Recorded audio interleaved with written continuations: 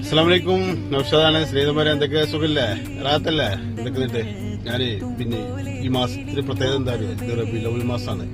ലോകത്തിന്റെ നേതാവ് അഷ്റഫുൽ ഖൽഖ് മുഹമ്മദ് മുസ്തഫ സല്ലല്ലാഹു അലൈഹി വസല്ലം തങ്ങൾ ഈ ലോകത്തേക്ക് പിന്നെ ജനിച്ചു പിറന്ന ഒരു മാസമാണ് റബീഉൽ അവ്വൽ 12. എല്ലാ മുസ്ലിങ്ങളും സന്തോഷത്തോടെ സ്വീകരിക്കുന്ന ഒരു മാസമാട്ടോ. മാഷാ അല്ലാഹ്. അപ്പൊ ഇൻഷാ അല്ലാഹ് നമുക്ക് നമ്മുടെ പ്രവാസികളോടായിട്ട് ഇച്ചൊരു കാര്യം പറയാനുള്ളത് വെച്ചാൽ റബീഉൽ അവ്വൽ മാസം എന്ന് പറഞ്ഞാല് പ്രവാസികളെ പിയുന്നൊരു മാസമാണ്. ഏതൊരു നാട്ടിലെ പ്രവാസിയെയും, കാരണം ഇന്നൊരു നാട്ടിൽ റബീഉൽ അവ്വൽ പരിപാടി നടത്തണമെന്നുണ്ടെങ്കിൽ ചുരുങ്ങിയത് 3.5-4 ലക്ഷം രൂപ, ചുരുങ്ങിയത് ഒരു നാട്ടിൽ റബീഉൽ അവ്വൽ പരിപാടി നടത്താനെന്നുണ്ടെങ്കിൽ എന്തിനാണ് ഇത്ര ലക്ഷങ്ങൾ മുടക്കിയിട്ട് റബീഉൽ അവ്വൽ പരിപാടി നടത്തുന്നത്? നമ്മൾ ഓരോ പ്രവാസികളും തിരിച്ചു ചോദിക്കേണ്ട ഒരു സാഹചര്യം കാണുന്നത്.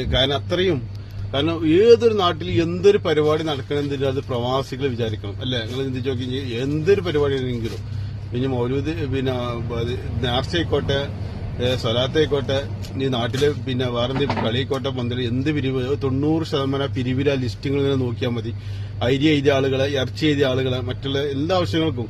പക്ഷെ എല്ലാം നമ്മുടെ നാട്ടിൽ വേണം, എല്ലാ സംഗതികളും നമ്മുടെ നാട്ടിൽ വേണം. പക്ഷെ ഇതെന്താ വെച്ചാൽ നാട്ടിൽ ഒരുപാട് ആളുകൾ ലക്ഷക്കണക്കിന് റുപ്യ വരുമാനം മാസം വാങ്ങുന്ന ആളുകളുണ്ട്. ഓല നിങ്ങൾ നോക്കേണ്ടി, ഓല പേര് 200 ഉണ്ടാവും, അല്ലെങ്കിൽ 300 ഉണ്ടാവും, ഒരു 500 ഉണ്ടാവും. അപ്പൊ ഇൻഷാ അല്ലാഹ് നമ്മുടെ നാട്ടിലെ റബീഉൽ അവ്വൽ പരിപാടി എല്ലാ നാട്ടിലും വളരെ ഉഷാറായിട്ട് നടക്കട്ടെ. പക്ഷെ ഈ പ്രവാസികളെ പിയേണ്ട ഈ ഒരു പരിപാടി ഉണ്ടല്ലോ, ഈ ഒരു മാസമായിട്ട് നിങ്ങൾ ഇതിനെ കാണരുത്. നമ്മളെ കൊണ്ട് കഴിയുന്ന സംഖ്യ നമ്മൾ എല്ലാവരും അൽഹംദുലില്ലാഹ് നമ്മുടെ നാട്ടിലെ പരിപാടിയാണ്, വിജയിപ്പിക്കാൻ വേണ്ടി എല്ലാവരും ചെയ്യണം.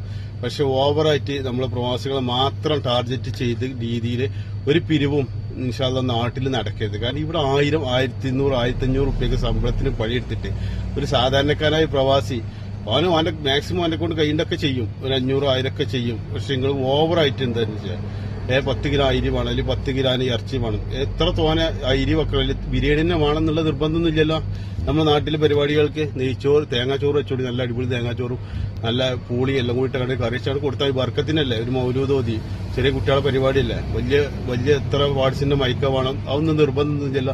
ഒരു കുഴപ്പമില്ലാത്ത മൈക്ക്, നല്ല പരിപാടിയായിട്ടെല്ലാം ഉഷാറായിട്ട്. പൈസ സാമ്പത്തികം ഇപ്പോഴത്തെ ഈ സാഹചര്യം എന്ന് പറഞ്ഞാൽ എല്ലാവരും സാമ്പത്തികപരമായിട്ട് വളരെ ബുദ്ധിമുട്ടാണ്. പ്രത്യേകിച്ച് 90% പ്രവാസികൾ കടം കൊണ്ട് എടങ്ങാറായിട്ട് ഇവിടെ ജീവിക്കണം. അപ്പൊ അതൊക്കെ കണ്ടറിഞ്ഞാണ് നമ്മുടെ നാട്ടിലെ കമ്മിറ്റികൾ അതിന് വേണ്ടിയിട്ടുള്ള ഒരു പദ്ധതികളെ നിങ്ങൾ തയ്യാറാക്കിയിട്ട് മാക്സിമം ചെലവ് ചുരുക്കിയിട്ട് പരിപാടി ഉഷാറായിട്ട് നടത്തിക്കോളി. പണ്ടൊക്കെ നമ്മൾ ഇതിലേറെ പരിപാടി, പണ്ടത്തെ കാലത്ത് ഇതിൽ ഒരു ദാരിദ്ര്യം മുടിച്ച സമയത്ത് ഇതിൽ ഉഷാറായിട്ട് നമ്മൾ പരിപാടി നടത്തിയിരുന്നു. പൈസ ചെലവാക്കിയാൽ കുറച്ചിട്ട് പരിപാടി വമ്പ ഉഷാറാക്കിയിട്ട് നടത്തുക. അപ്പൊ എല്ലാവിധ നമ്മുടെ നാട്ടിലെ എല്ലാ റബീഉൽ അവ്വൽ പ്രോഗ്രാമിനും എല്ലാവിധ അഭിനന്ദനങ്ങളും.